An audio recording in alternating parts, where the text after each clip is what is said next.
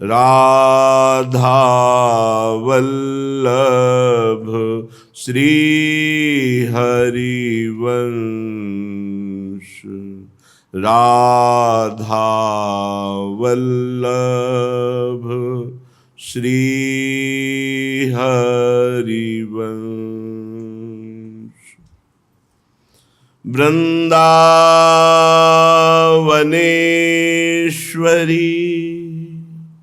तवैव पदारविन्दम्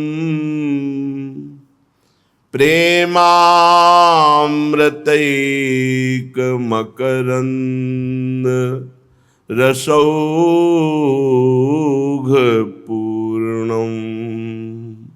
हृद्यर्पितं मधुपतेः स्मरतापमुग्रं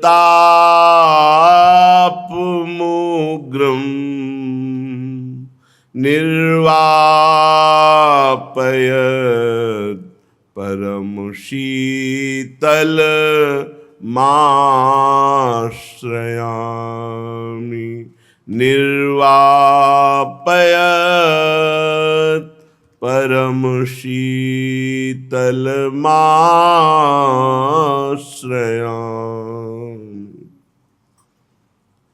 परम सच्चिदानंद घन प्रेम आनंद स्वरूप नवनिभृत निकुंज महामहिम परम पावन श्री वृंदावन धाम। श्री वृंदावन धाम के लाडिले युगल सरकार प्राणाराध्य श्री श्यामा श्यामजू, समस्त सहचरी वृंद, खग मृग पशु पंछी, वृंदावन की समस्त लताएं, रजरानी यमुना रसरानी, समस्त ब्रजवासी परिकर, श्री जी की अपार कृपा से हमें जो भगवत प्राप्ति का मार्ग मिला है, बस इसी में सुदृढ़ हो जाना है। जो बाहर से बहरा, खूब प्रवीण होने पर भी गूंगा, बहुत अच्छा दिखाई देने पर भी अंधा जैसा बर्ताव करता है, वही इस प्रचंड माया के आकर्षण से बच सकता है। सुनते हुए भी ना सुने, देखते हुए भी ना देखे, बोलते हुए भी ना बोले, क्योंकि जो हम देखते हैं, सुनते हैं, बोलते हैं, उसका मनन होता है और उसी का प्रभाव पड़ता है पक्का। इसलिए सुनना, देखना और बोलना ये हमारी साधना पर बहुत प्रभाव डालते हैं। महाप्रभु ने इसी को अनन्य करके कहा कि रसना कटो जो अन रटो, और निरखी अन फुटो नयन, श्रवण फुटो जो अन सुनो, श्री राधा जस बैन। बोलना, देखना और सुनना, इन तीन पर शासन किया कि अगर रस प्राप्ति करनी है तो इन तीन को संभाल ले। रसना कटो जो अन रटो, मेरी जबान कट जाए जो और कुछ बोलूं, मेरे कान फूट जाएं जो और कुछ सुनूं, मेरे नेत्र फूट जाएं जो और कुछ देखूं, ऐसी अनन्यता। हम व्यर्थ की बातें जब सुनते हैं, व्यर्थ की बातें जब हम बोलते हैं, व्यर्थ का दृश्य जब हम देखते हैं, तो व्यर्थ का ही मनन होता है, हमारा समय व्यर्थ हो जाता है। जो समय है वो बहुत कीमती है। एक श्वास की कीमत में पूरी आयु कमाए हुए धन के द्वारा हम दूसरी श्वास नहीं खरीद सकते। इतनी कीमती श्वासें यदि हम प्रिया प्रीतम के चिंतन में लगाएं तो ही सार्थकता है, अन्यथा व्यर्थ है। अमूल्य श्वासों को अमूल्य वस्तु खरीदने में, अमूल्य है प्रभु का नाम, प्रभु का रूप, प्रभु की लीला, प्रभु का धाम। अगर ये चिंतन हो रहा है तो हमारा समय अव्यर्थ जा रहा है, सार्थक हो रहा है, नहीं तो व्यर्थ जाएगा, निरर्थक हो जाएगा।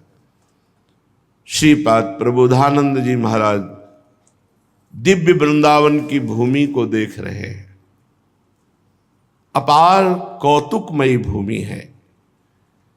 कह रहे दिव्यैः कुत्र चिदिंद्र नीलमणिभिर जाम्बूनदैः कुत्रचित् वैदूर्यैः क्वचन क्वाचेन्द्रमणिभिर निहारहीरैः क्वचित् मुक्ताभिः क्वचन प्रवाल निभैः क्वापि क्वा चालोकवि ज्ञातैः क्वापि विनिर्मिता विजयते वृंदाटवी यावनी। वृंदावन की भूमि एक जैसी नहीं है, कहीं एकदम श्याम कांति भूमि है। दिव्यई कुत्र चिदिंद्र नीलमणि भीर, इंद्र नीलमणि जैसी दिव्य कांतिमयी कहीं भूमि है, तो कहीं जाम्बू नदई कुत्रचित, कहीं बड़ी ही आश्चर्यमयी स्वर्णिम भूमि है। जाम्बू नद स्वर्ण को कहते हैं। कहीं इंद्रनीलमणि भूमि, कहीं स्वर्णिम भूमि, और वैदुर्य क्वचन क्वा चेन्द्र मणिभिर निहारी हीरई क्वचित, कहीं वैदुर्य मणि की भूमि, कहीं एकदम श्वेत चंद्रकांतामणि, कहीं हीरों की भूमि, कहीं मुक्ताओं की मोतियों की भूमि, कहीं प्रवाल मूंगों की भूमि, कहीं सुंदर सुंदर विविध रत्नों से खचित भूमि।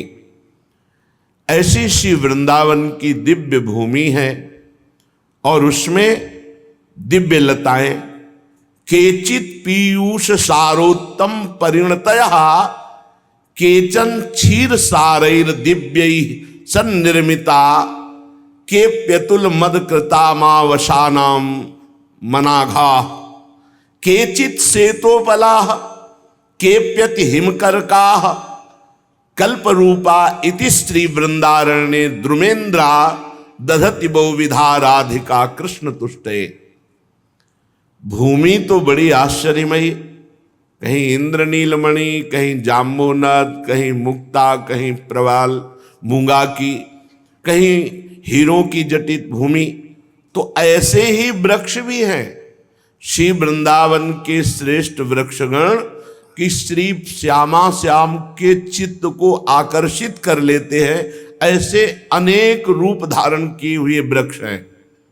कोई कोई अमृत बूंदे टपका रहे हैं, जो प्रेमामृत का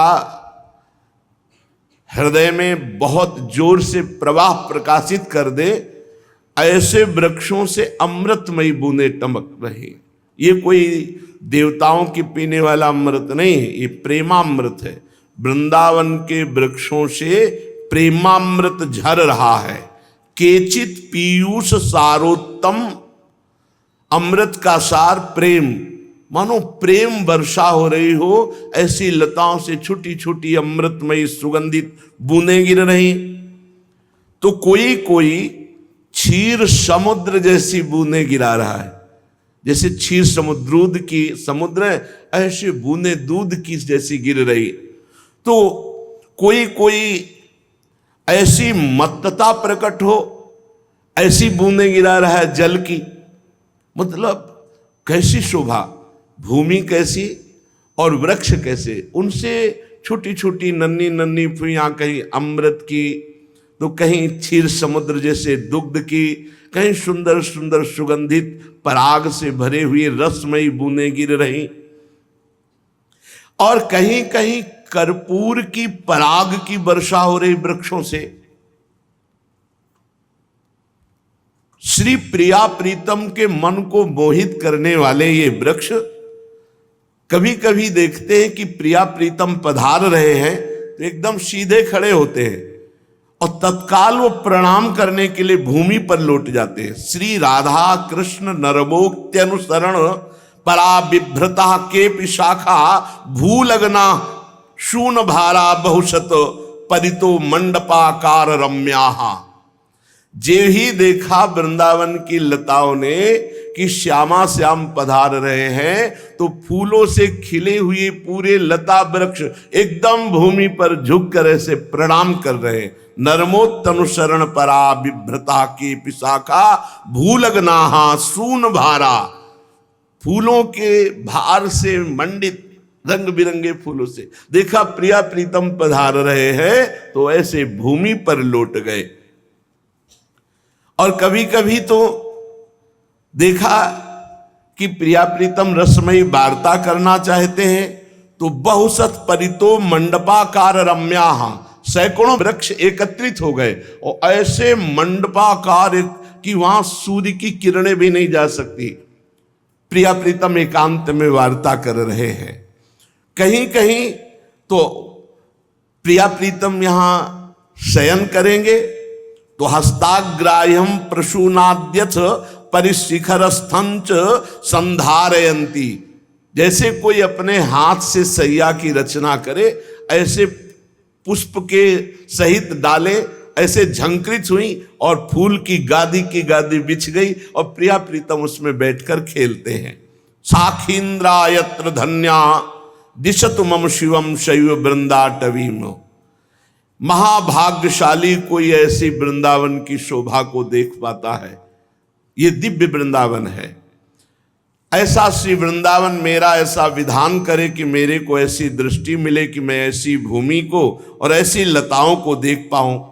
कोई लताएं केचिन माध्यान्निकादप्यति वहल रुचश्चंड मारतंड कोटिर भ्राजत दिव्य प्रभा मंडलत उरुरुचा केपि कल्पाग्निकोटे, केचिद राकेन्दु कोट्य उज्ज्वल शिशिर लसत चंद्रिका चारु रोचि पुंजा गुंजाभिरा मद्युति वितत महामंजुला के पियत्र।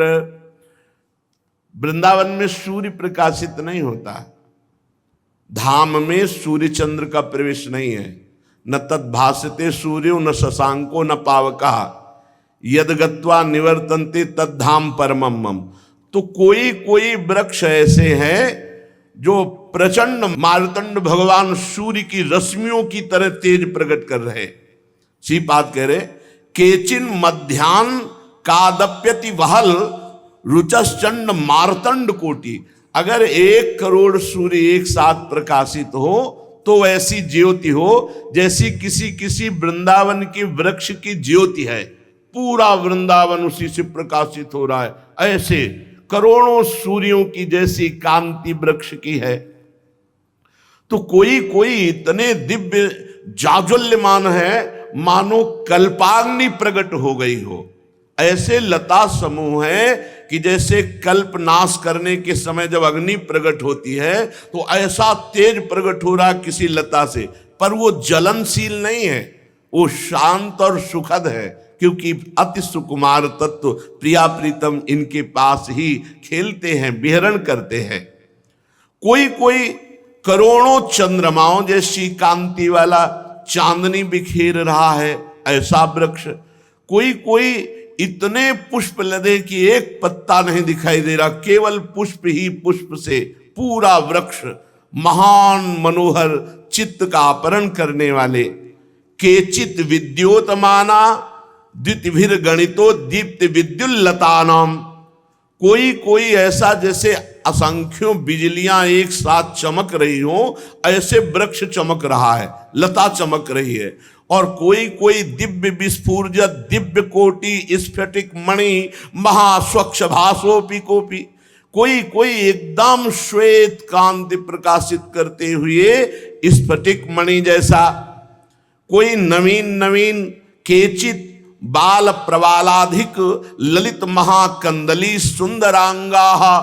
बड़ी ही सुंदर मूंगे की कांति पूरे वृक्ष में प्रकट हो रही है।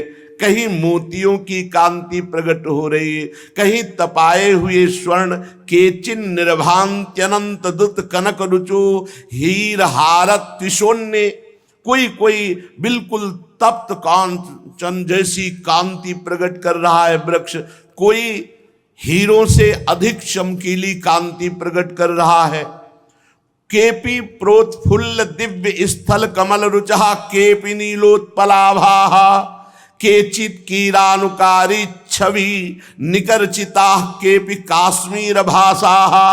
केचित भिन्नाजा नाभा मरकत मणिवत केचित दत्युज्ज्वल आभा केचित सटपटाल प्रोच्चर रुचिर रुचोन्ने जवा पुष्प भाषा। कोई कोई लता तो ऐसे जैसे स्थल में कमल खिलते हैं ऐसे पूरे वृक्ष लता में कमल खिले हुए हैं, स्थल कमल की भांति। कोई कोई नील कमल की कांति प्रकाशित करते हुए लता, कोई शुभ्र वर्ण कांति, कोई कुमकुम वर्ण की कांति, कोई मरकतमणि की कांति, कोई गुलाब की कांति, कोई जपा कुसुम की कांति, ऐसे दिव्य वृंदावन के अद्भुत अद्भुत कांति प्रकाशित करने वाले इत्थम स्वानंद सच्चिदस घन वपुषो यत्र शाखींद्र वृंदस आश्चर्यावर्ण भेदा अथ विविध रुचाम बीचयो दुर्निरूपाः आकाराणाम प्रकारा अपि परम चमत्कारिणाम यत्र पुष्पा यत्याश्चर्यैक सीम्नः स्फुरत मम सदा सैव वृंदाटवी। जहां सच्चिदानंद घन श्री प्रिया प्रीतम विहरण कर रहे हैं, कैसे आश्चर्यमय वृक्ष हैं, इनसे विविध कांति की तरंगें उठ रही हैं। कोई कोई वृक्ष ऐसा है जिसमें एक एक रंग, और कोई कोई ऐसा बहुरंग विविध कांति रंगों की एक ही वृक्ष में प्रकट हो रही। कौतूहल, परम चमत्कार आकृतियां उनमें बन रही हैं।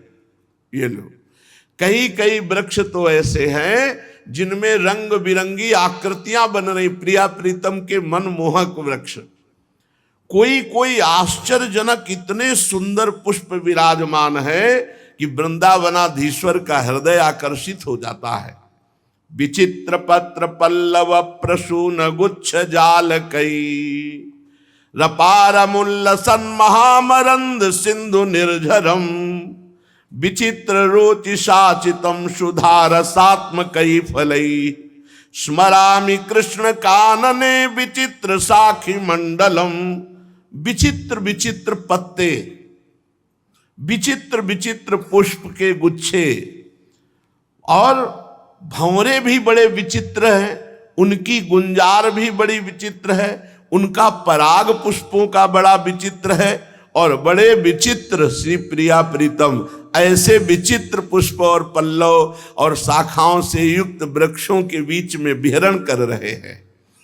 अनंत हरिराधिका प्रणय फुल्लवल्ली द्रुमं दधंगिरस विह्वलई खगमृगादिभिर्मंडितम तदद्भुत विलासवन नवकुंज पुंजोदयम स्मराम्यति महोज्वलन मधुर वृंद वृंदावनम।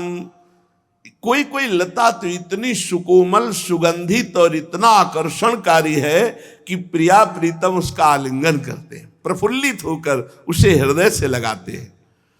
कोई कोई लताएं इतनी प्रवीण हैं कि युगल किशोर के चरणों का स्पर्श करने के लिए झुककर फूलों के गुच्छे सहित उनके चरणों का स्पर्श कर रहे हैं।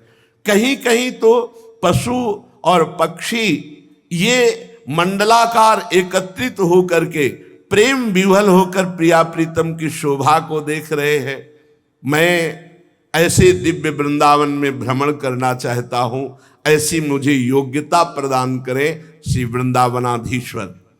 वैकुंठे सकलोज्ज्वलेति मधुरे प्यत्युज्ज्वलम माधुरी पूर्णम चूर्णयदद्भुतैर्निज गुणैर् निःश्रेयसाद्यान्यपि स्वर्ण ज्योतिरथोन्मदं मरकत ज्योतिर्द्वयं तन्महो बिभ्रन्निर्भर केलिनूतनवयः पश्यामि वृंदावनम।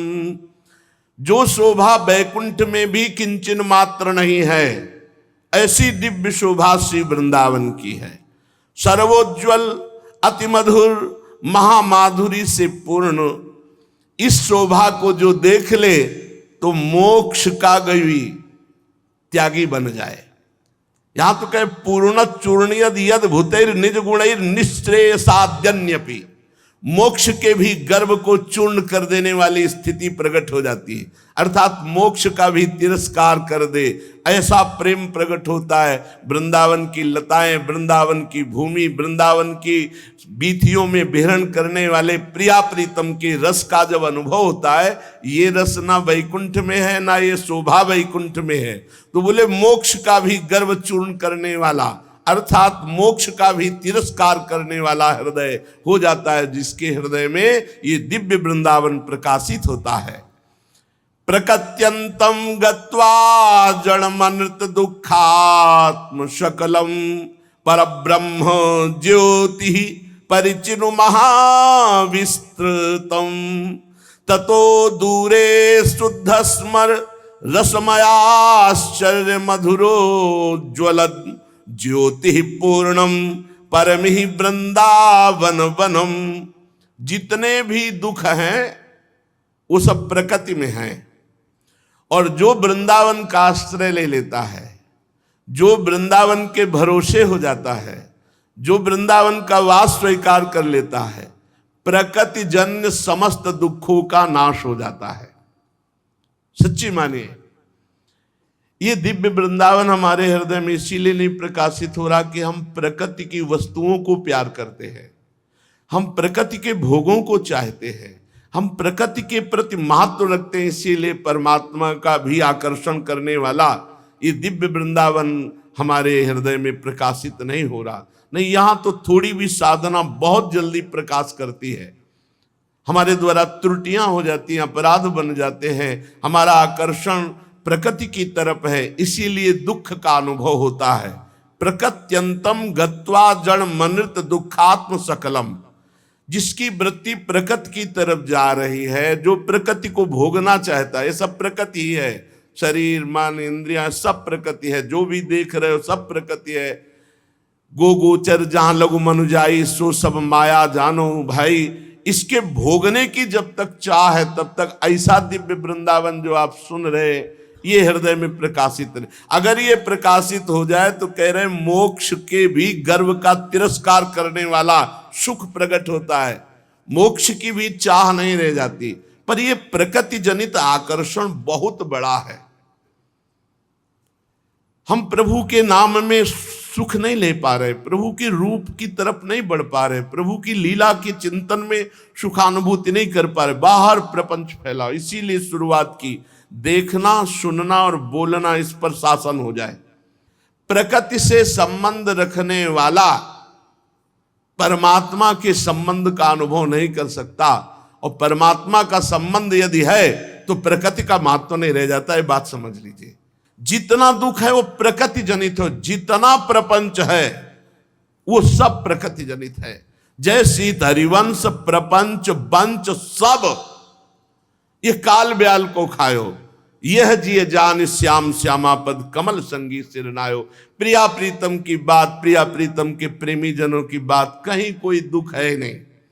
दुख का स्वरूप है प्रकृति, और इससे लगाव हटाना बड़ा मुश्किल है। चाहे जिस पद पे बैठ जाओ, लगाव नहीं हटता, इस प्रकृति से लगाव नहीं हटता। प्रकृति रुपया पैसा शरीर वस्त्र आभूषण नाना प्रकार की बातें,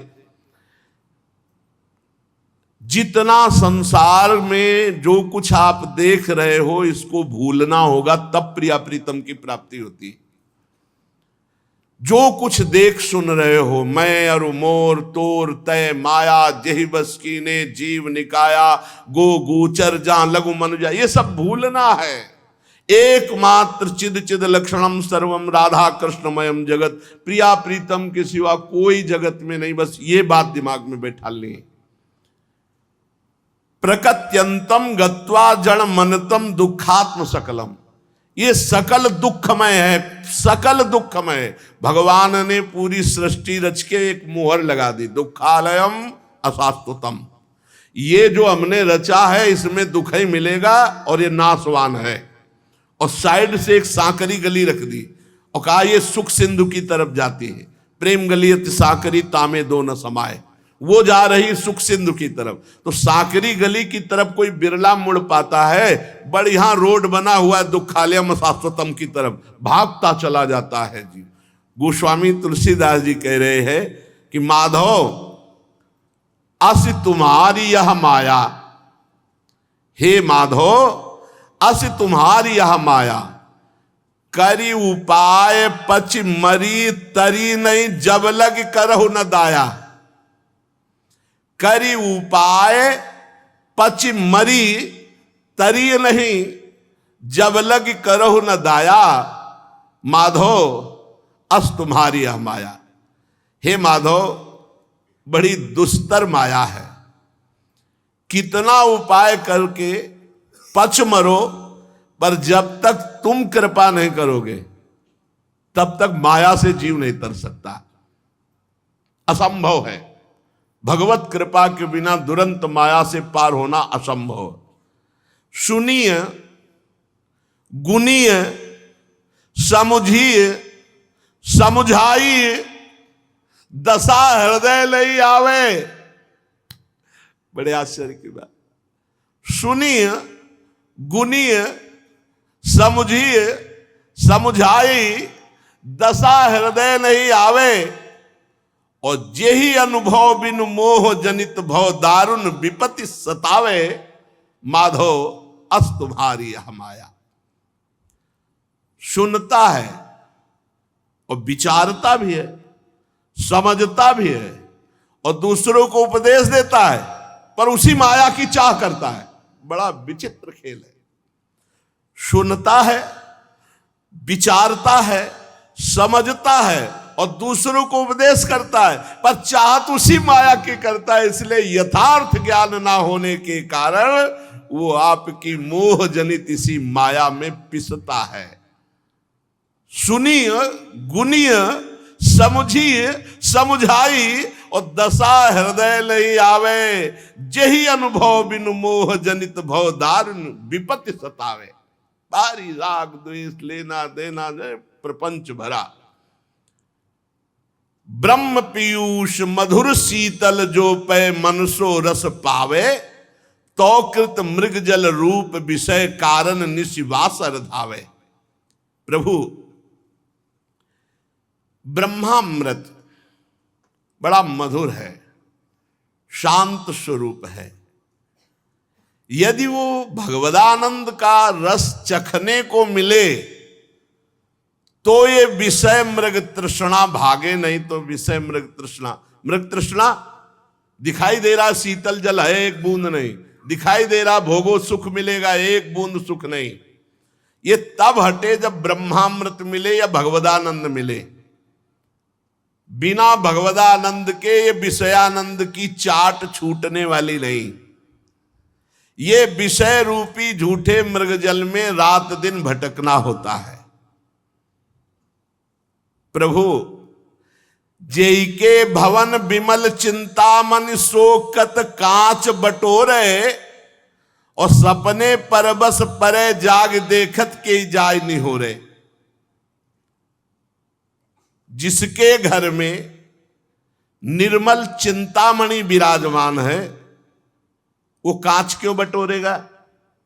बात समझो। जिसको ये ज्ञान हो चुका है कि भगवान के सिवाय संसार में कुछ सत्य नहीं है, फिर वो क्यों मांगेगा रुपया? फिर क्यों वो भोगों की लालसा करेगा?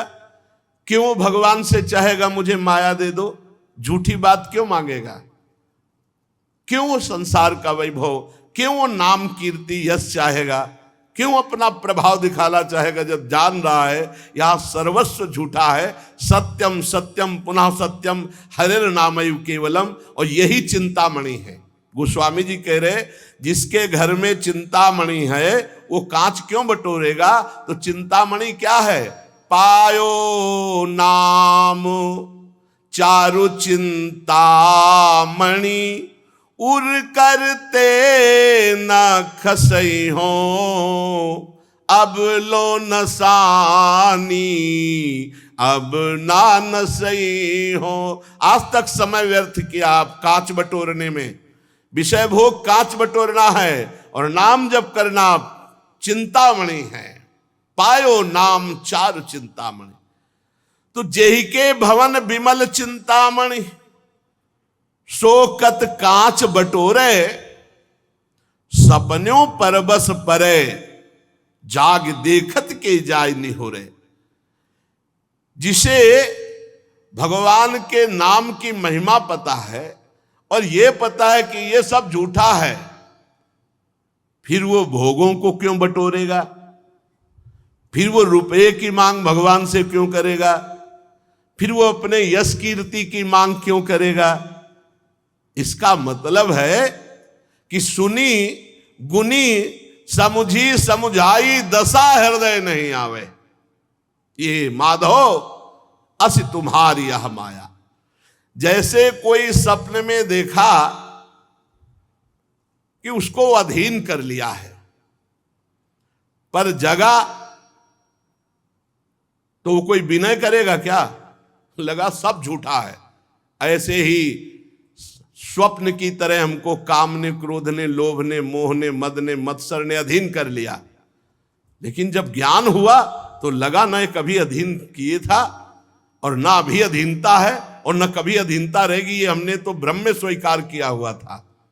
उसको किसी से विनय करने की जरूरत नहीं पड़ेगी जब शुद्ध ज्ञान जागृत हो जाएगा। ज्ञान भगति साधन अनेक, सब सत्य झूठ कछु नाही। तुलसीदास हरि कृपा मिटै भ्रम, यह भरोस मन माही। बहुत सुंदर, जय हो गोस्वामी तुलसीदास जी महाराज की जय हो। कह रहे कि ज्ञान भक्ति वैराग्य बड़े साधन हैं इस माया भ्रम को मिटाने के लिए, और सब सत्य साधन है, हम आदर करते हैं। पर हमें एक विश्वास है, हमें एक भरोसा है कि हे हरि, आपकी कृपा के बिना ये माया भ्रम हटने वाला नहीं। पक्की बात। और भगवान भी स्वीकार करते हैं, दैवी हेषा गुणमयी मम माया दुरत्यया, मामे ये प्रपद्यन्ते माया में ताम तरन्ति। माधो अस तुम्हारी ये माया। हे हरि, आपकी ऐसी प्रबल माया है कि सुनते हुए, समझते हुए, समझाते हुए भी उसी की चाह, उसी की मांग, उसी का प्रभाव, राग द्वेष, लड़ाई झगड़ा, ऊंचा नीचा, छोटा बड़ा, एक ही चाक में कुल्हड़ बना है, एक ही चाक में सकोरा बना है, एक ही चाक में मटकी बनी है। अब मुझ छैठे मटकी की मैं बड़ी, तो सोचो चाक और मिट्टी दूसरी कुछ बात नहीं।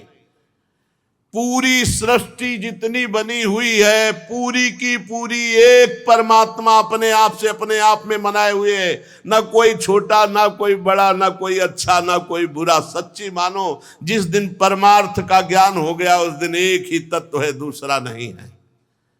पर समझ जब तक, यही तो कह रहे, बड़ी आश्चर्य की बात है कि अगर कहा जाए समझ नहीं है तो बोले समझाई, दूसरे को समझा रहा है, कह रहे समझ नहीं। सुनी गुनी समुझी समुझाई, पर दशा हृदय नहीं। दशा में वही पत्नी, वही पुत्र, वही मित्र, वही शत्रु, वही अपना, वही पराया। यही तो माया है। और किसी माया कोई ऐसा रूप धारण थोड़ी करती। ये सब चराचर जगत उसी का खेल है, माया का। और जो मायापति है वो दिखाई नहीं दे रहा, जो है वो दिखाई नहीं दे रहा, जो नहीं है वही दिखाई दे रहा है। इसी का नाम माया है। ज्ञान भगति साधन अनेक, सब सत्य झूठ कछु नाही। तुलसीदास हरि कृपा मिटे भ्रम, यह भरोस मन माही। दिव्य भरोसा, कई बार कहा है कि भरोसे से भगवत प्राप्ति होती। गोस्वामी जी कह रहे मुझे दृढ़ भरोसा है कि नाथ आपकी कृपा कोर से ही इस माया से छूटना होगा। नाथ जीव तव माया मोहा, सो निस्तरी तुम्हारी छुहा। वो आपके दुलार से ही मुक्त हो सकता है। आप कृपा करो तो मुक्त हो जाए। तो कैसे कृपा होती हरि की?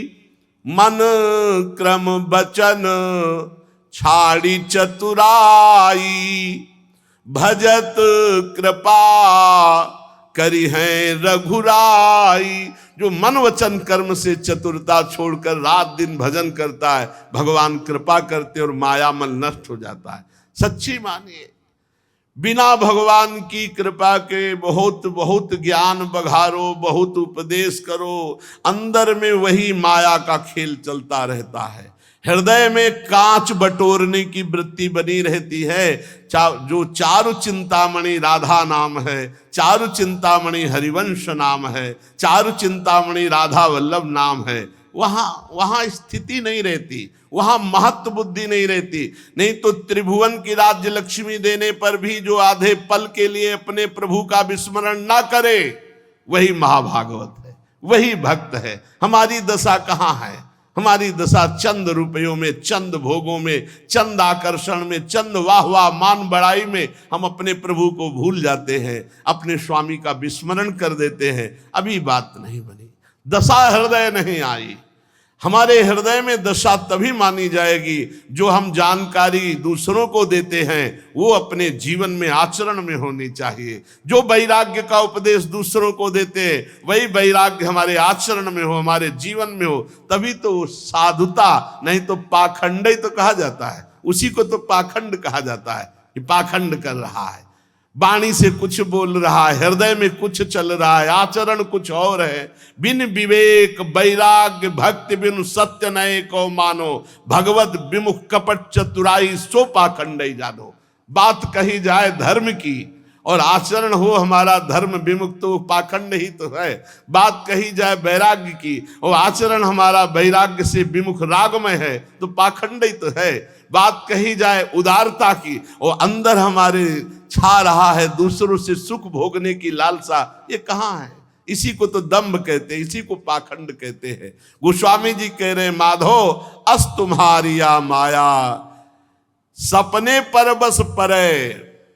अगर ज्ञान हो गया तो जैसे स्वप्न में कोई मुझे दबाए हुए था, तो जगने पर अब कोई भय नहीं और उससे विनय करने की जरूरत नहीं। ऐसे ही जब हम जग गए, परमात्मा स्वरूप को समझ गए, तो हमें किसी से किसी भी तरह का ना राग, ना दैन्यता, ना द्वेष, ना आशा, क्योंकि कोई है ही नहीं। एकमात्र प्रभु के सिवा कोई है नहीं, वो प्रभु यहां भी विराजमान है। खत्म खेल। समझना है, समझना है। समझ गए तो फिर जाग गए तो सोना क्या, और समझ गए तो रोना क्या। समझ गए तो कुछ, ये सब कुछ नहीं। पूज्यपाद सिउड़िया बाबा जी जब चले सन्यास लेकर, तो विचार किया क्या होगा इससे। दंड भंजन करके गंगा जी में फेंक दिया, ब्रह्मबोध होना चाहिए, बाहरी से क्या होगा। 3 रात 3 दिन तक प्रयाग में एकदम शरीर को जड़ पर मुझे ब्रह्म बोध जाए। फिर आखिरकार इतनी प्रबल मुमुक्षुता जागृत हुई कि जीवन व्यर्थ लगने लगा। तब जाकर के उनको भगवान नर नारायण ने 2 श्लोक उपदेश किए। बस वहीं से दिव्य साधना और ब्रह्म पदवी को प्राप्त महापुरुष। जब हमारे अंदर व्याकुलता हो भगवत प्राप्ति की, तब ये बाहरी संबंधों से व्याकुलता नहीं होती। आंतरिक संबंध जब हमारा प्रभु से बाहरी चाहे जैसी परिस्थिति हो, तब व्याकुलता प्रभु के लिए होती। और प्रभु की व्याकुलता ही जीवन को सद्गुणों से, दैवी संपदा से भर देती है। और विषयों की व्याकुलता ही समस्त सद्गुणों से रहित करके आसुरी संपदा से युक्त कर देती है। बिल्कुल खुली बात समझो। माया की चाहत ही हमारे सारे भागवतिक सद्गुणों को नष्ट करके आसुरी प्रवृत्ति कर देती है, और भगवान की चाहत, प्रियालाल की चाहत ही हमारे अंदर दैवी संपदा, दैवी सद्गुण प्रकाशित कर देती है। श्रीपाद कह रहे हैं ये प्रकृति ही समस्त दुखों का मूल है, प्रकृत्यंतम गत्वा जड़ मनत दुखात्म सकलम। जो वृंदावन का आश्रय ले लेता है, रसिकों के संग से प्रिया प्रीतम की उपासना करता है, तो गत्वा जड़ मनतम, ये झूठा जड़मय संसार गत्वा अब उसको दुख नहीं दे सकता। ये धोखा है, धोखा। खेतों में रखवाली करने के लिए धोखा लगाया जाता है। वो टोपी उपी लगा के, कपड़ा पहना के, तो पशुओं को धोखा हो जाता है। कोई व्यक्ति खड़ा है और खड़ा कोई नहीं होता, उस धोखे को धोखा जान ले तो खूब खाए पिए, कोई वहां मारने पीटने वाला नहीं, वो केवल कपड़ा पहना खड़ा किया गया। ऐसे ही यहां धोखा है, न कोई स्त्री है, न कोई पुरुष है, न कोई अपना है, न कोई पराया, एक परमात्मा के सिवा कोई नहीं, सब धोखा। ये बनावटी, माया का बनावटी रूप है, अंदर केवल एक परमात्मा है। और धोखे से डरो मत, तो खूब माल ले जाओ, नाम रूप लीला धाम, ये माल है, ये है कंचन, नहीं तो कांच बटोरो। मणिगण पुंज ब्रजपति छाणत, हित हरिवंश कर गही कंज।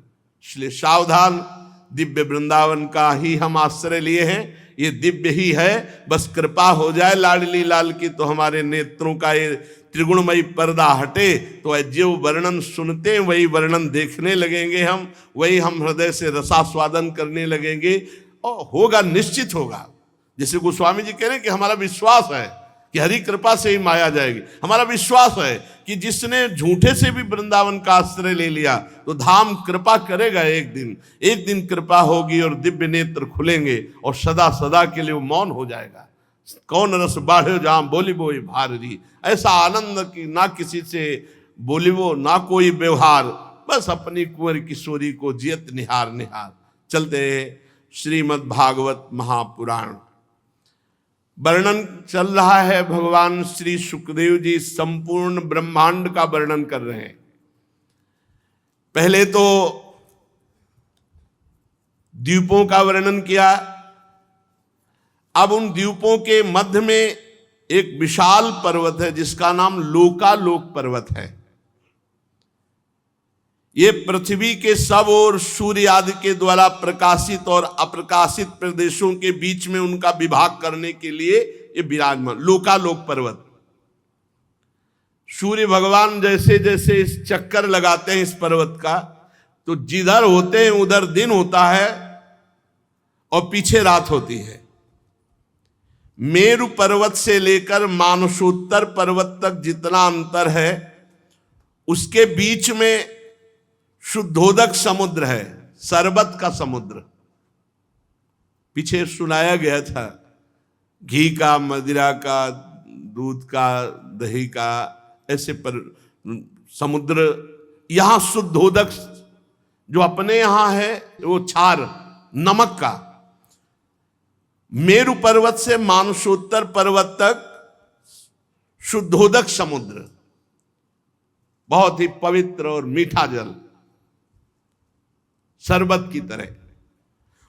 उसके आगे जो भूमि है वो स्वर्णमयी भूमि है, वहां कोई वस्तु गिरेगी तत्काल अंतर ध्यान हो जाएगी, इसलिए वहां कोई मनुष्य नहीं जा सकता, सिर्फ अंतर ध्यान शक्ति संपन्न सिद्ध या देवता जा सकते हैं।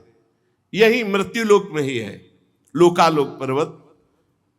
उसके आगे की भूमि स्वर्णिम है, सोने की है, वहां कोई वस्तु गिरे तो तत्काल अंतर ध्यान हो जाएगी, वस्तु नहीं दिखाई देगी। वहां कोई व्यक्ति नहीं जा सकता, केवल अंतर्धान शक्ति संपन्न देवता जा सकते हैं या सिद्ध जा सकते हैं। लोकालोक पर्वत सूर्य आदि से प्रकाशित और अप्रकाशित भूभागों का बीच है। त्रिलोकी में यह सीमा स्थापित की गई है लोकालोक पर्वत की। इतना ऊंचा और लंबा है कि इसका ऊपरी भाग ध्रुवलोक को स्पर्श करता है। लोकालोक पर्वत का ध्रुव पर्यंत समस्त ज्योतिर्मंडल की किरणें प्रकाशित होती हुई हैं। तो एक ओर जब प्रकाश होगा तो दूसरी ओर अंधकार। सूर्य कभी अस्त नहीं होते, भगवान सूर्य कभी अस्त नहीं होते। प्रमाण लक्षण स्थिति के अनुसार ये हमने भूमंडल का वर्णन किया। ये 50 करोड़ योजन का है भूमंडल, जहां पृथ्वी है ये मिट्टी की, जिसमें मनुष्य पशु पक्षी सब रहते हैं। ये 50 करोड़ योजन, एक योजन का मतलब 4 कोस, 50 करोड़ तो 5 को हाँ, 200 करोड़। 50 करोड़ का मतलब 200 करोड़ कोस। ये पूरी भूमि है जिसमें मनुष्य वास करते हैं। 12.5 करोड़ योजन का लोकालोक पर्वत है बीच में जो है, उधर स्वर्णिम भूमि, इधर भूमि ये उपजाऊ। 4 दिग्गज ऋषभ, पुष्करचूड़, वामन, अपराजित, ये महान दिव्य गजराज चारों दिशाओं को रोके हुए विराजमान है।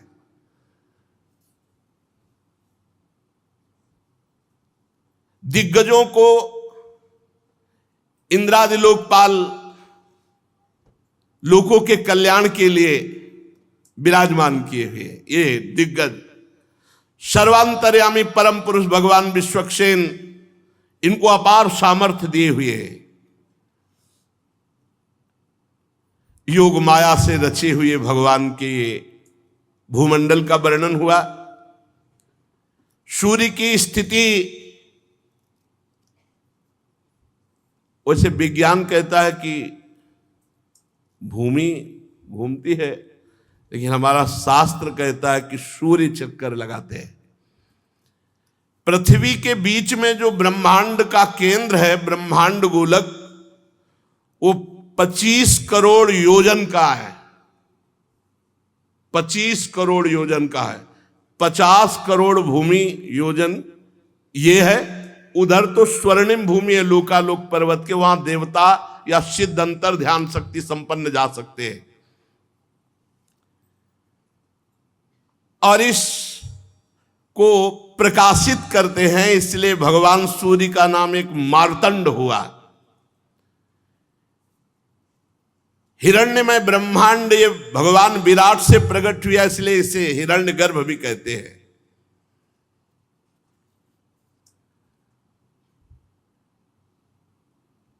जितना हमने तुमको भूमंडल का विस्तार बताया, उससे दुगना अंतरिक्ष लोक है। जैसे मटर या चना के एक भाग को जान ले तो दूसरे भाग की लंबाई पता चल जाती है। जितना भूमंडल है 50 करोड़ योजन, और उधर तो द्युलोक भी इतना ही है।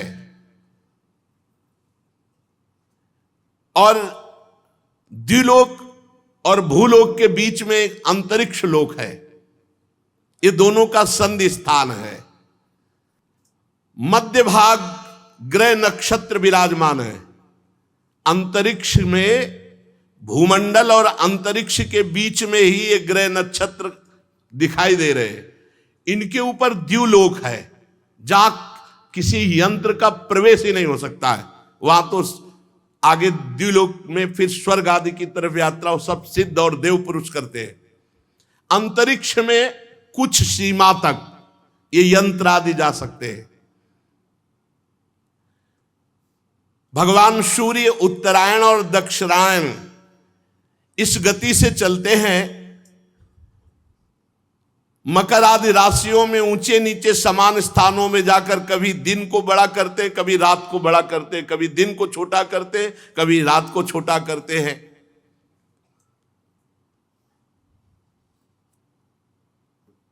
पंडित जन बताते हैं, पंडित माने ज्ञानी जन, मानसोत्तर पर्वत पर सूर्य की परिक्रमा का मार्ग 9 करोड़ 51 लाख योजन है। एक राउंड 9 करोड़ 51 लाख योजन। मेरु पूर्व की तरफ जब भगवान सूर्य जाते हैं तो देवराज इंद्र की जो देवधानी अमरावती पुरी है उसको प्रकाशित करते हैं। उसके आगे जब दक्षिण की तरफ बढ़ते हैं तो यमराज की संयमिनी पुरी है। फिर जब पश्चिम की तरफ बढ़ते हैं तो वरुण जी की निम्लोचनी, और उत्तर की तरफ तो चंद्रमा की विभावरी, इन पुरियों को प्रकाशित करते हुए भगवान सूर्य आगे बढ़ते हैं। तो सूर्योदय, मध्याह्न, सायंकाल, अर्धरात्रि, ये क्रम से होती रहती। भगवान सूर्य कभी अस्त नहीं होते, उनका निरंतर परिक्रमा चलती रहती भूमंडल की। भगवान सूर्य जब मेरु को बाईं ओर रख करके चलते हैं तो दिखाई देता है कि वो दाईं ओर चलने पर चलते वो बाईं ओर है। जिस समय भगवान सूर्य का उदय जहां होता है ठीक उसी समय कहीं अस्त दिखाई देता है। कहीं जहां भगवान सूर्य मध्याह्न के पसीना पसीना कर रहे हैं किसी को, तो उसी समय आराम से आधी रात को कोई सो रहा होता है। भूमंडल में देख लो, यही की बात कह रहे हैं। कभी सूर्य अस्त नहीं होते, कभी सूर्य उदय नहीं होता, वो तो निरंतर चल रहे हैं। लोकालोक पर्वत के कारण वो अस्त और उदय का ऐसा, लोक माने प्रकाशित, आलोक माने अंधकार, लोकालोक पर्वत, उसी के कारण ऐसा अनुभव होता है। जहां कहीं आधी रात होगी तो कहीं पसीना चुआ रहे होंगे, दोपहर होगा, कहीं प्रातः हो रहा होता है तो कहीं वो अस्त हो रहे होते। वो पहाड़ पर्वत के कारण सूर्य भगवान ना अस्त होते ना उदय होते हैं। जिन लोगों को सूर्य भगवान मध्याह्न में दिख रहे हैं उसी समय कहीं अंधकारमयी रात्रि होती है। सूर्य भगवान जब इंद्र की पुरी से यमराज की पुरी को चलते हैं तो 15 घड़ी में 2.25 करोड़ 12.5 लाख और 25,000 योजन इस रफ्तार से चलते हैं। 15 घड़ी में 2.25 करोड़ 12.5 लाख 25,000 योजन यात्रा तय करते हैं। बहुत रफ्तार की भगवान सूर्य की गति है। इसी क्रम से वरुण और चंद्रमा की पुरियों को पार कर इंद्रपुरी में पहुंचते हैं। इस प्रकार चंद्रमा आदि अन्य ग्रह भी ज्योतिष चक्र में अन्य नक्षत्रों के साथ उदित और अस्त होते रहते हैं। भगवान सूर्य का वेदमय रथ एक मुहूर्त में 34,08,000 योजन की रफ्तार से चलता है। एक मुहूर्त में, बहुत छोटा समय मुहूर्त होता है, 34,08,000 योजन की रफ्तार से चलता है। आज तक हमें लगता है कोई ऐसी गाड़ी नहीं बनी होगी, कोई हेलीकॉप्टर या कोई भी वाहन नहीं बना होगा। नहीं, ऐसा नहीं बना होगा कि एक मुहूर्त में 34,08,000 योजन, कोई नहीं। इस रफ्तार से सब पूरे ब्रह्मांड को प्रकाशित करते हुए भगवान सूर्य संवत्सर नाम का एक चक्र पहिया, 12 मास रूपी अरे, 6 ऋतु रूपी नेमी, 3 चौमासे रूपी नाभि और रथ की धुरी का एक सिरा मेरु पर्वत की चोटी पे रखा हुआ है और दूसरा मानसोत्तर पर्वत पे, और निरंतर भगवान सूर्य का रथ घूमता रहता है। एक पहिया सुमेरु पर्वत पर, एक मानसोत्तर पर्वत पर, और बीच से एक यंत्र गया जो ध्रुवलोक से कनेक्शन है। जैसे ऊपरी भाग को रोके तो ऐसे रथ से ऊपर ध्रुवलोक से कनेक्शन। एक पहिया सुमेरु, एक मानसोत्तर पर्वत, और बीच की यात्रा चलती है जिसमें भगवान सूर्य बैठते हैं। वो सिंहासन रथ का जानते हो कितना बड़ा है? 36 लाख योजन। सूर्य भगवान को ऐसे थोड़ी कि हमारी तुम्हारी तरह वैसे बैठे हैं कि हाथ दो हाथ में बैठ गए। 36 लाख योजन रथ में बैठने का स्थान है भगवान सूर्य के।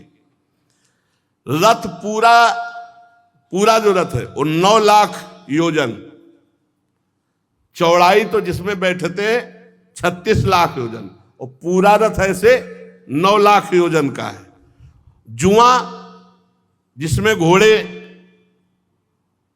तो वो 36 लाख योजन का लंबा जुआ है।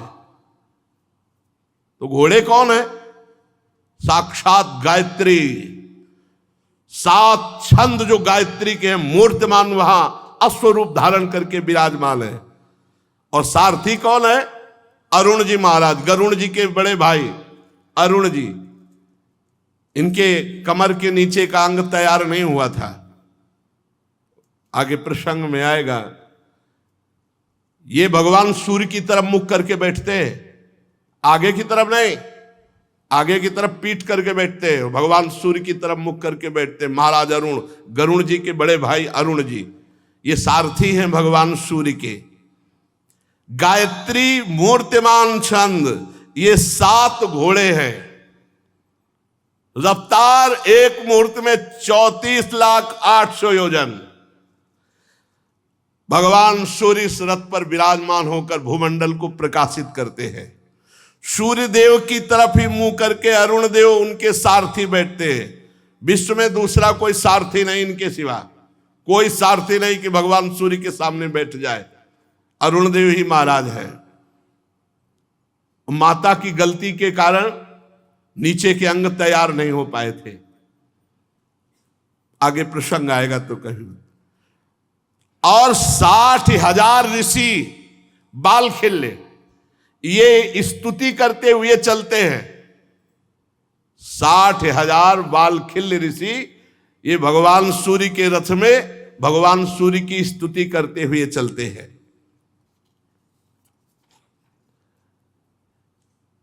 ऋषि, गंधर्व, अप्सरा, नाग, यक्ष, राक्षस, देवता, ये 14 कोई नृत्य कर रहा है, कोई गान कर रहा है, कोई स्तुति कर रहा है, कोई ऐसे चलते हैं भगवान सूर्य।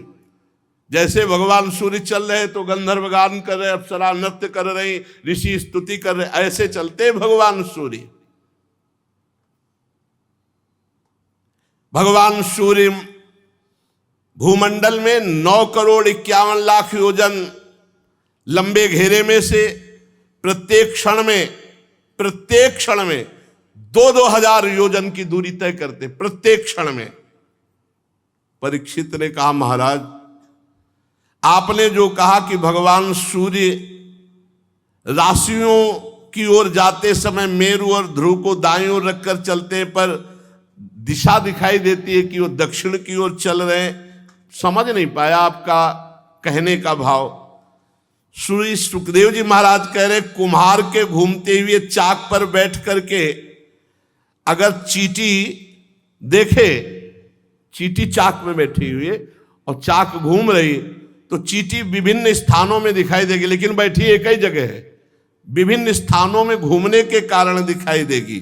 इसी प्रकार नक्षत्र और राशि ये काल चक्र में पड़कर ध्रुव और मेरु को दाएं रखकर घूमने वाले सूर्य को ये स्थित दिखाई देते हैं। ग्रह नक्षत्र तारे तो लगता है सूर्य दाईं ओर चल रहे हैं, पर सूर्य दाईं ओर नहीं चल रहे, सूर्य बाईं ओर चल रहे हैं। वो ग्रह नक्षत्र वहीं विराजमान है, इसलिए ऐसा दिखाई देता है।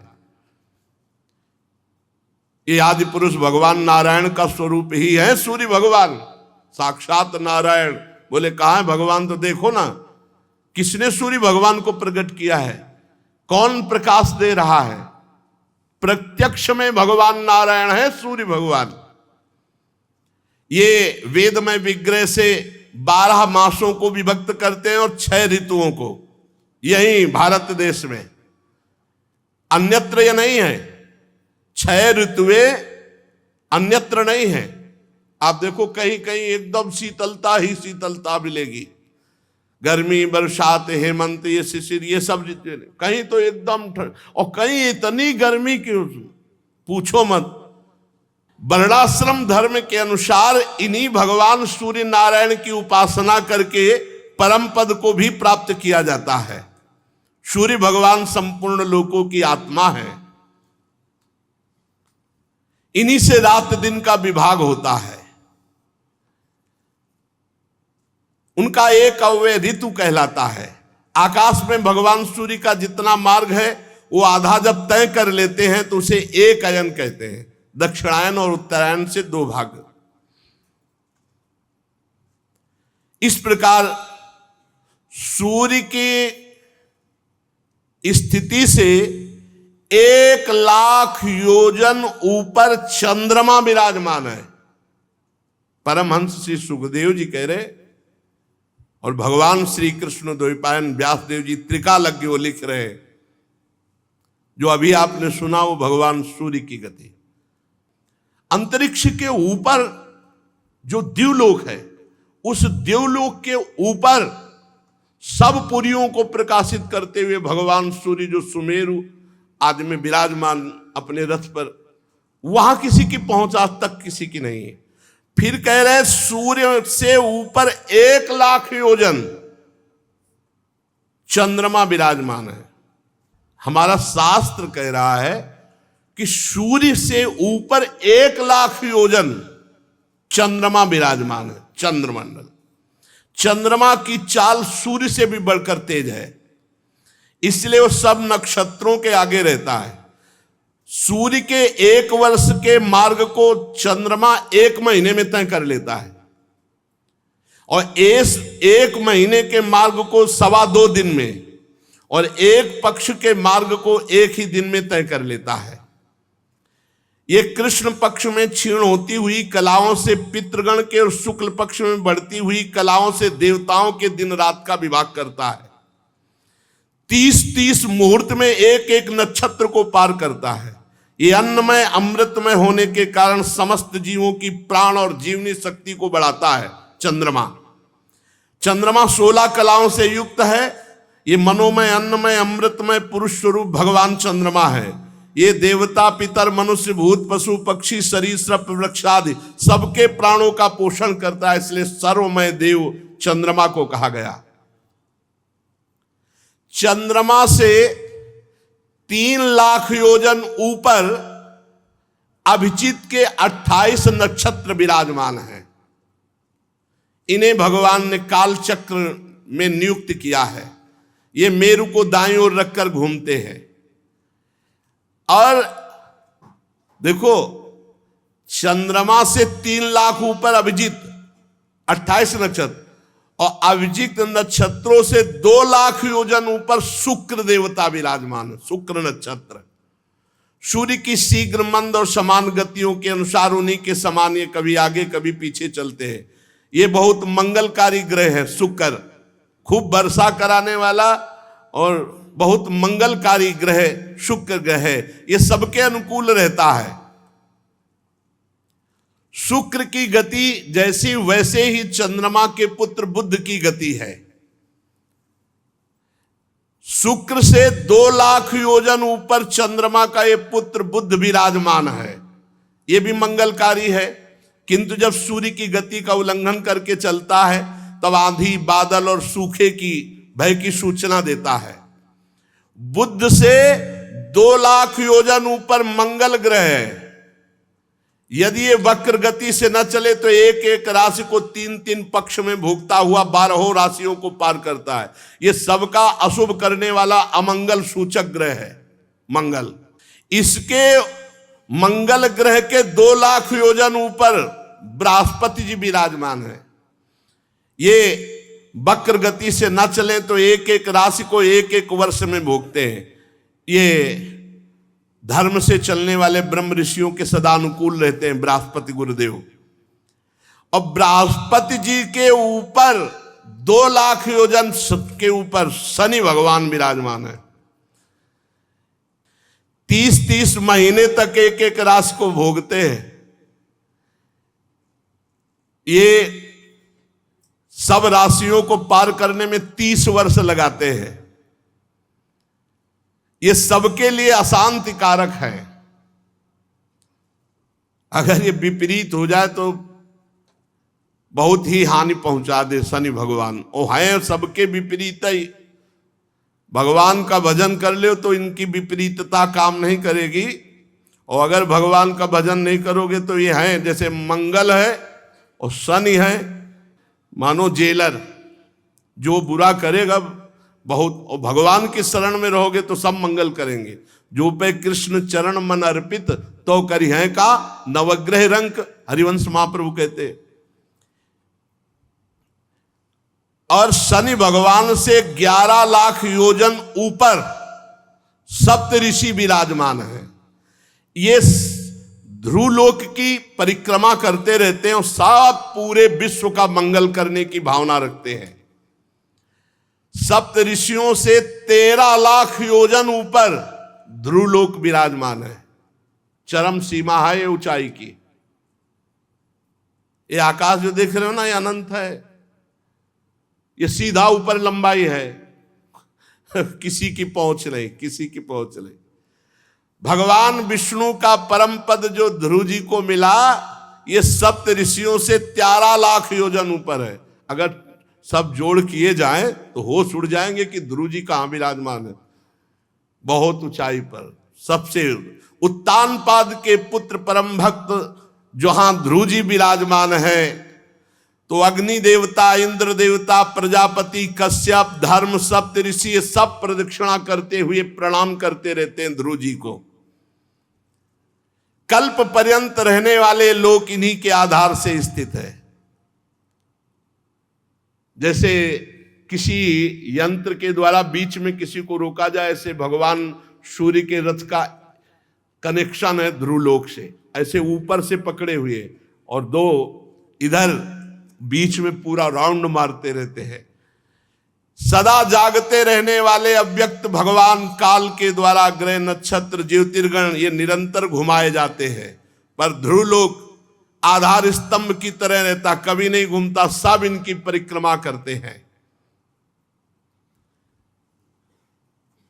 कोई भगवान की योग माया से युक्त, इसे शिशुमार चक्र भी कहते हैं, जो ध्रुव जी की परिक्रमा करते हैं। ध्रुव जी का लोक जो वर्णन है, परीक्षित, कुछ लोगों का कथन है कि सूर्य से 10,000 योजन नीचे राहु नक्षत्र घूमता है। यह देवत्व को प्राप्त हो चुका है। समुद्र मंथन के समय जब अमृत निकला था तो इसने चोरी चोरी पी लिया था। यह सिंगिका का पुत्र असुराधम इस पद के योग्य तो नहीं था, पर इसने देवत्व प्राप्त कर लिया राहु ने, क्योंकि भगवान दैत्यों की तरफ देखकर ऐसे मुस्कुराते हुए पिलाते चले जा रहे थे, तो इसने देखा कि मामला तो गड़बड़ है, कलश तो पूरा उलटने वाला है। तो सूर्य चंद्रमा के बीच में होकर तो एक कहा, भगवान ये तो पी लिया, तो अभी गले के नीचे नहीं ले जा पाया था, सुदर्शन चक्र से उड़ा दिया, तो ऊपर का देवत्व को प्राप्त हो गया। इसका वर्णन हम आगे करेंगे। सूर्य का जो ये अत्यंत तपता हुआ मंडल है, ये 10,000 योजन का है। सूर्य नहीं, सूर्य तो आप देखें जितने में बैठे थे, मंडल तेज, ये 10,000 योजन का, 10,000 योजन का। चंद्रमा का मंडल 12,000 योजन का है और राहु का मंडल 13,000 योजन का, इसीलिए वो ऊपर छाता है तो सूर्य और चंद्र ढक जाते हैं। अमृत पान कर किए हुए राहु ये देवताओं के समान हो चुका है, क्योंकि अमृत पान कर चुका है। चंद्रमा और सूर्य के बीच में बैठा था, तो चंद्रमा और सूर्य ने ही पोल खोल दी, भगवान ये तो दैत्य है, तो तुरंत सुदर्शन चक्र से, तो उस दिन से वैर भाव रखकर अमावस्या और पूर्णिमा को चंद्र ग्रहण और सूर्य ग्रहण ये करता है। और ये बड़ा है, मंडल इसका बड़ा है 13,000 का, तो इसलिए ढक लेता है। तो सूर्य और चंद्रमा से वैर करने के कारण भगवान ने सुदर्शन चक्र को आज भी नियुक्त कर रखा है सूर्य और चंद्रमा की रक्षा के लिए। तो ये डरता रहता है, केवल चंद्र ग्रहण और सूर्य ग्रहण जो अमावस्या पूर्णिमा को होता है भगवत विधान से उतने ही समय के लिए नहीं, हर समय डरता रहता है। निरंतर सुदर्शन चक्र घूमता रहता है और रक्षा करता रहता है सूर्य और चंद्रमा की। राहु उद्युग्न नहीं कर पाता, नहीं उद्युग्न कर दे सूर्य और चंद्रमा को, इतना बलवान है। ये सुदर्शन के तेज से उद्युग्न होकर कुछ मुहूर्त वो सूर्य चंद्र के समीप जाता और डर कर भागाता, उसी को ग्रहण कहते हैं।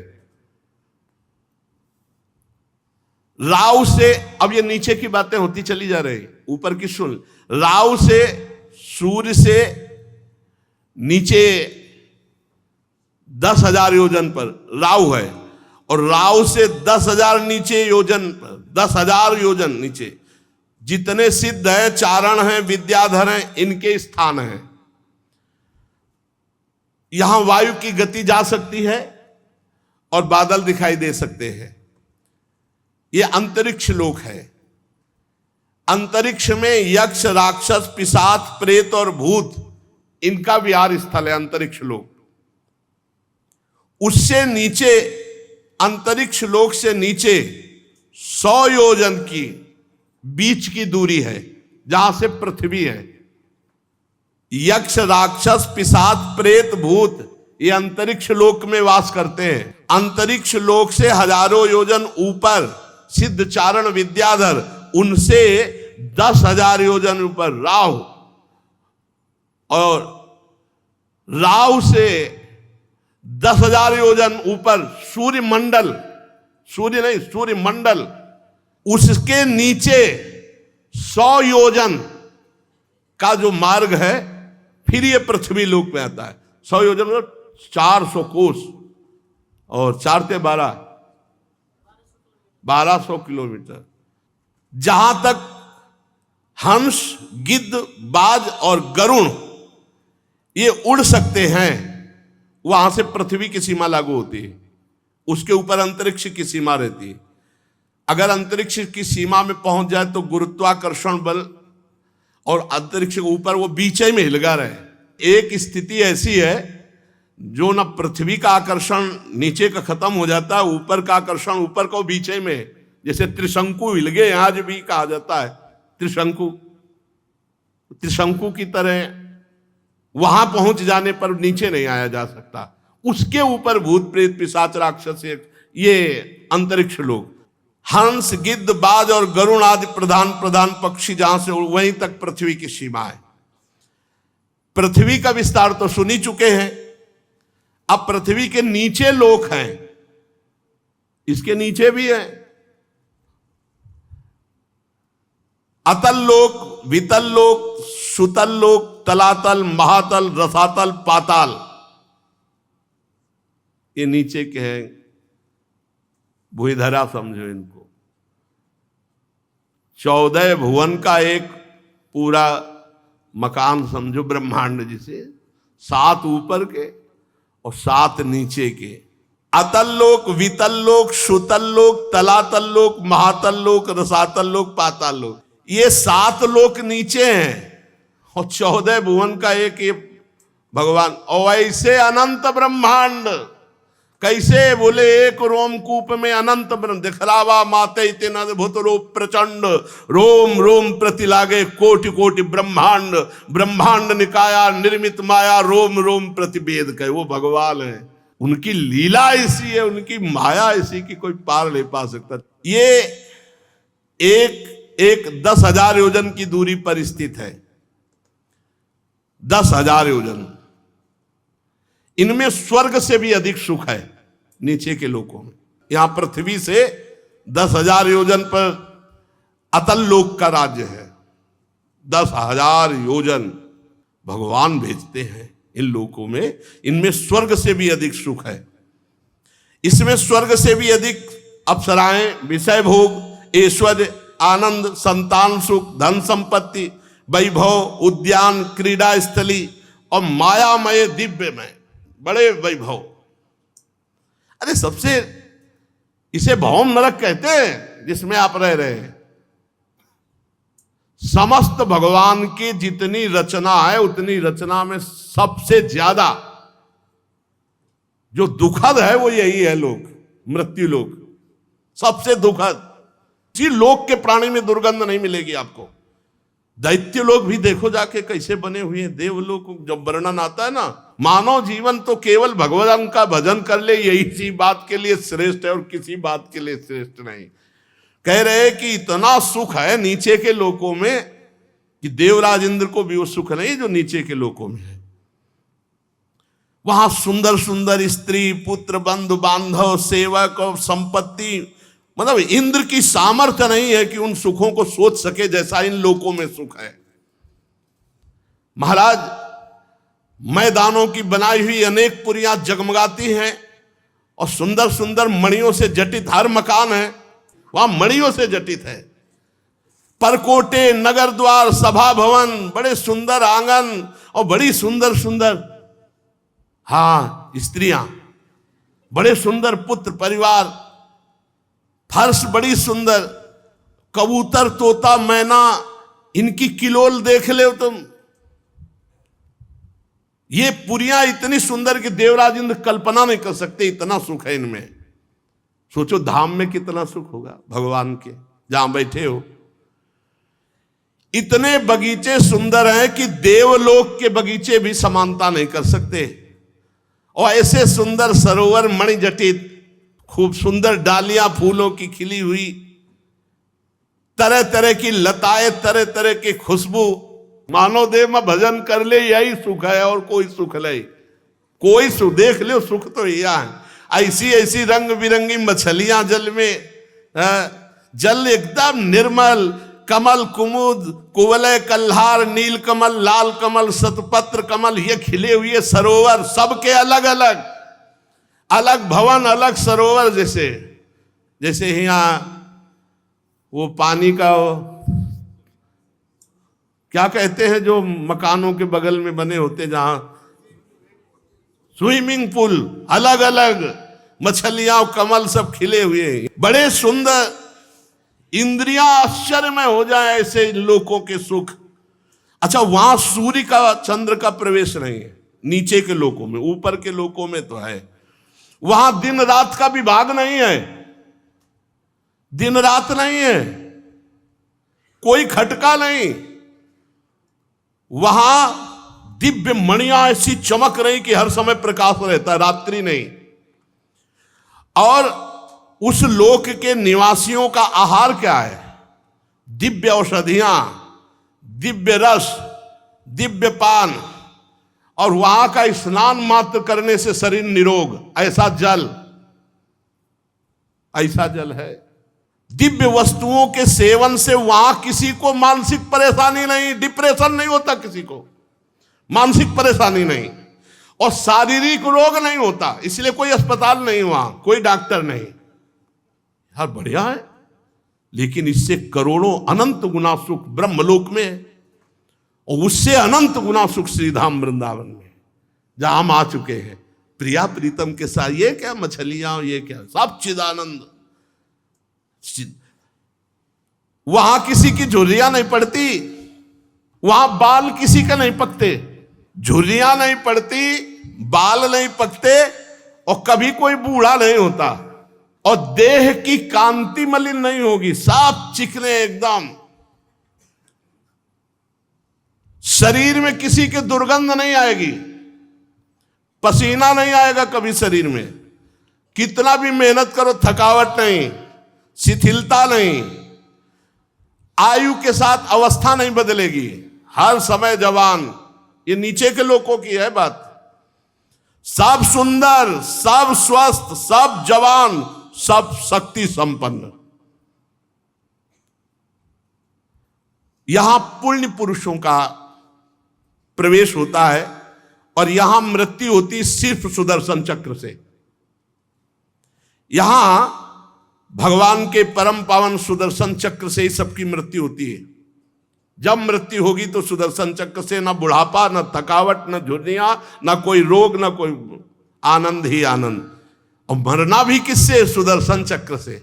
आप ये समझ लो, भजन कर लो तो ये लोक बढ़िया हो गया। भजन कर लो तो चाहे नीचे जाना चाहो नीचे, ऊपर जाना चाहो ऊपर, भगवान के धाम जाना चाहो भगवान के धाम। और किसी भी प्रकार मृत्यु नहीं हो सकती, केवल सुदर्शन चक्र से मृत्यु होगी। और सुदर्शन चक्र के आते ही गर्भ से लेकर के बाहर जो गर्भस्राव भी हो जाता है।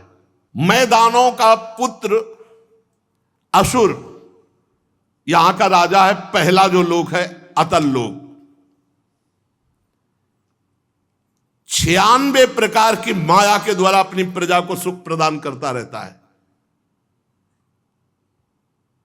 और कोई ऐसा मायावी नहीं है जैसा मैदानों सृष्टि में मायावी हो, उसका पुत्र मैदानों का असुर बल। 96 प्रकार की माया के, और हमारे भगवान अनंत माया के अधिपति हैं, हम उनके दास हैं। उसने एक सुंदर स्त्री जाति प्रकट की है अपने लोक में, जम्हाई लेकर, उसका नाम स्वैरिण। ऐसी कामनी है ही नहीं सृष्टि में जैसी उसने पैदा की है, स्वयं प्रकट किया उसने। स्वैरिणी, ये ऐसी कामिनी है, कोई ऐसा नहीं जो लुभायमान ना हो जाए, अपने देश में रखता है, अतल लोक में स्वयं प्रकट किया है। फिर दूसरी प्रकट की है पुष्चली, महान चंचल स्वभाव की। तीसरी प्रकट की है कामिनी। 3 प्रकार की स्त्रियों के द्वारा उसने अपने इस अतल लोक को शोभायमान किया है। एक बहुत ही चंचल स्वभाव की कामासक्त, जैसे स्वभाव के होते तैसे, और एक महान कामिनी और एक स्वैरिणी।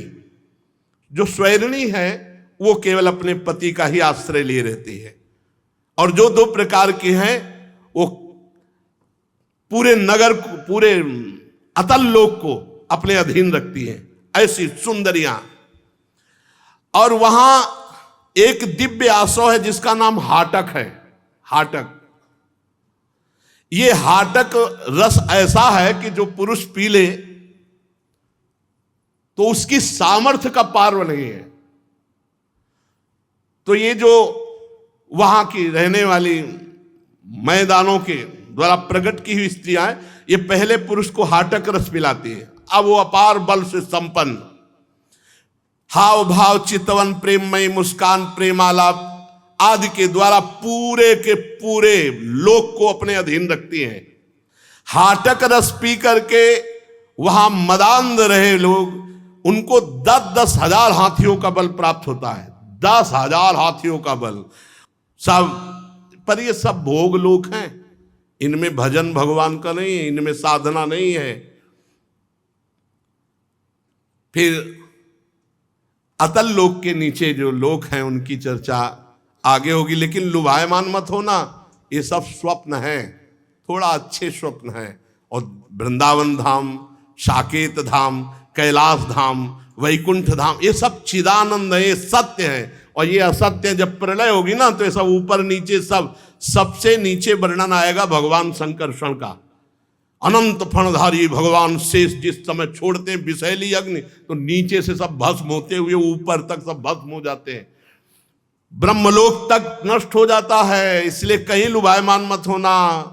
लुभायमान हो प्रिया प्रीतम उनके परम धाम वृंदावन। सोचो ये मायाकृत है, अनंत लोकाधिपति भगवान श्री कृष्ण को जो मोहित कर ले वो वृंदावन धाम है। इसलिए इनसे मोहित मत होना। ये सुनकर के श्री राधा वल्लभ लाल की जय।